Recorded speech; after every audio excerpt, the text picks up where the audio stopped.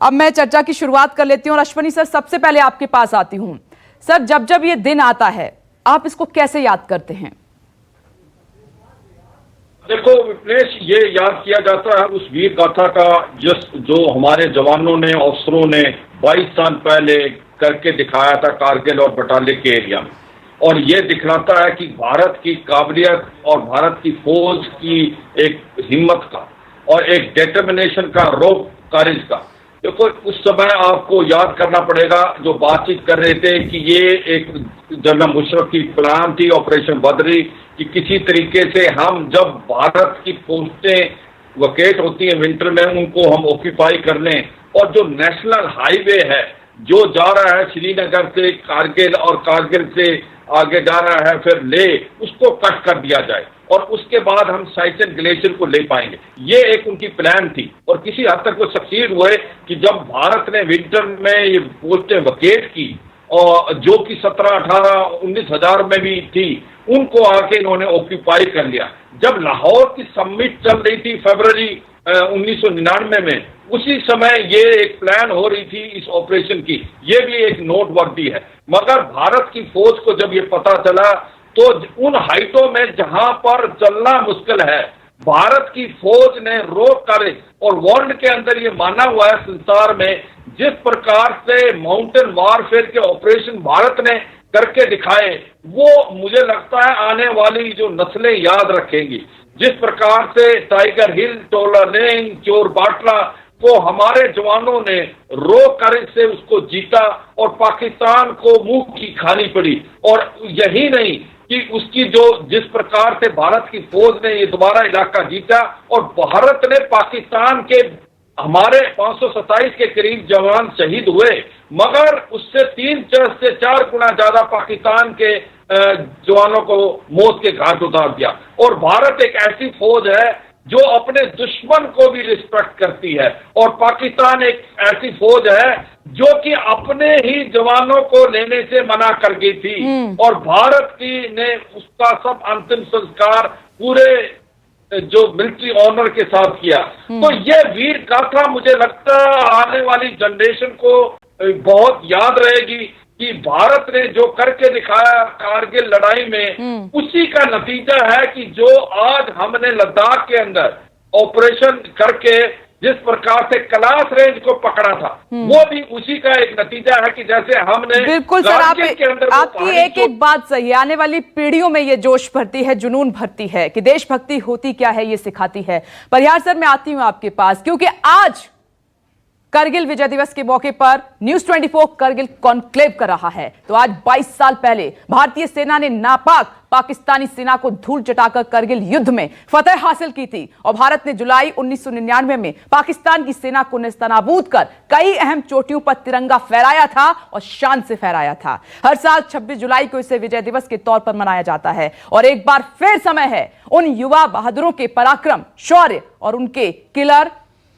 Instinct को याद करने और सलाम करने का। उन्होंने अदम्य साहस दिखाकर दुश्मन सेना की धज्जियां उड़ाई और देश को विजय पथ पर ले गए। अब देखिए एक बहादुर सपूत की शौर्य गाथा, देखिए कहानी वीर कैप्टन विक्रम बत्रा की।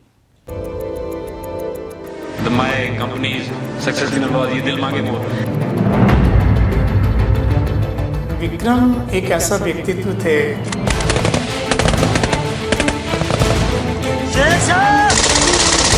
कि उनको भूल पाना आसान नहीं।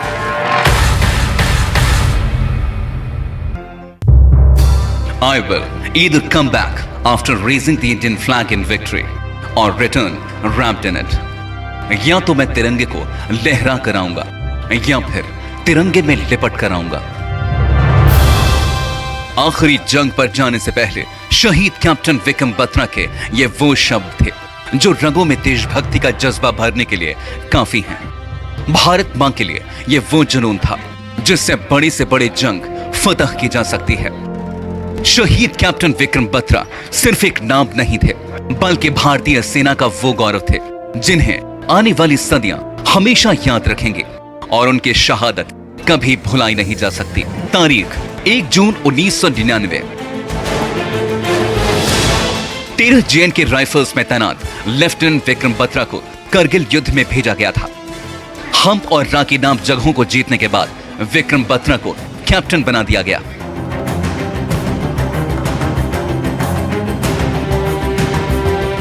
इसके बाद श्रीनगर लेह मार्ग के ठीक ऊपर सबसे महत्वपूर्ण 5140 पॉइंट को पाकिस्तानी घुसपैठियों से आजाद करवाने का जिम्मा भी कैप्टन विक्रम बत्रा को सौंपा गया। विक्रम बत्रा ने अकेले ही 4 दुश्मनों को मार गिराया। उनकी वीरता ने यूनिट के जवानों में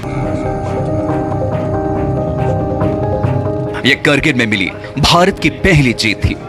इस जीत के बाद कैप्टन विक्रम बत्रा देश के हीरो बन गए थे। जंग के मैदान के बीच से उनका इंटरव्यू सामने आया। उनका ये दिल मांगे मोर कहना पूरे भारत में छा गया। Success signal before advancing for the attack and it was like bravo company's success signal वो आया which was pass to our CO colonel Joshi on the radio set and after the another bunker was captured my company's success signal was ye dil mange more.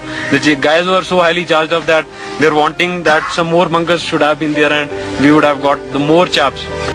0.5140 पर सफलता पाने के बाद captain Batra ने 0.5100, 0.4700, 0.4750 पर जीत का परचम लहरा दिया।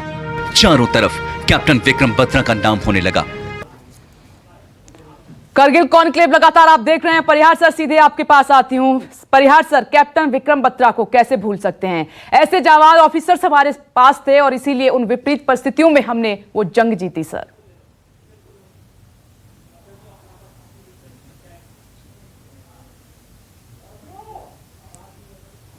परिहार सर, यूके देवनाथ सर, आपको मेरी आवाज मिल रही है? यूके देवनाथ सर, मेरा सवाल है कैप्टन विक्रम बत्रा को लेकर। ऐसे ऑफिसर्स थे हमारे पास, इसीलिए मजबूत इरादों के साथ वो उतरे और विपरीत परिस्थितियों में उस जंग को हमने जीत लिया। दुश्मनों के दांत खट्टे कर दिए, उनको परास्त कर दिया, खदेड़ दिया उनको।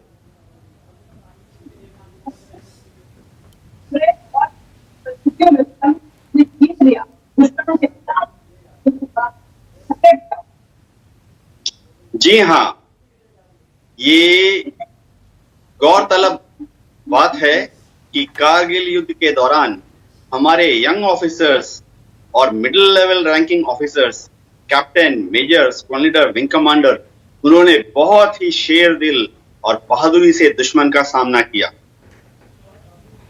मुझे फक्र है कि हमारी देश के जो ट्रेनिंग एकेडमीज हैं, national defence academy, Indian military academy, air force academy में हम ऐसे बच्चों को दाखिला देने के बाद 3 साल की ट्रेनिंग के अंदर ही उनको बच्चे से शूरवीर जवान, शूरवीर मर्द बना देते हैं।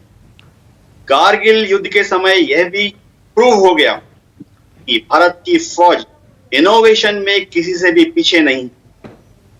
शुरू के कुछ दिनों में हमें इंटेलिजेंस एंड सर्वेलेंस के कुछ सरप्राइजेस मिले थे। इनमें विक्रम बत्रा हिमाचल के थे, मनोज पांडे यूपी से थे, आचार्य कर्नाटक के थे और एक नागालैंड के कैप्टन। नहीं सर, आती हूं मैं आपके पास। सर आती हूं। डिसएडवांटेज था, लेकिन बहुत ही जल्दी भारत की सेना और हमारी वायुसेना ने इन इंटेलिजेंस की वीकनेसेस को ओवरकम करके शत्रु पर बहुत ही इफेक्टिव और कारगर हमला बोल दिया। ये गौरतलब बात है कि कारगिल युद्ध के पहले भारतीय वायुसेना ने कभी भी बिल्कुल दुश्मन को बखूबी सर भारतीय वायुसेना ने मोर्चा संभाला था और उसमें इजराइल का जो साथ हमें मिला उसका भी हम जिक्र आज करेंगे, क्योंकि इजराइल ने हमारी उस वक्त बहुत बड़ी मदद की थी।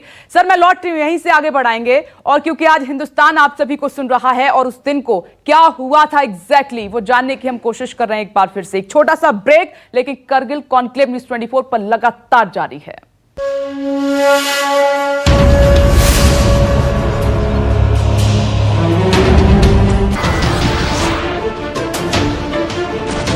नमस्कार, मैं हूं मानक गुप्ता।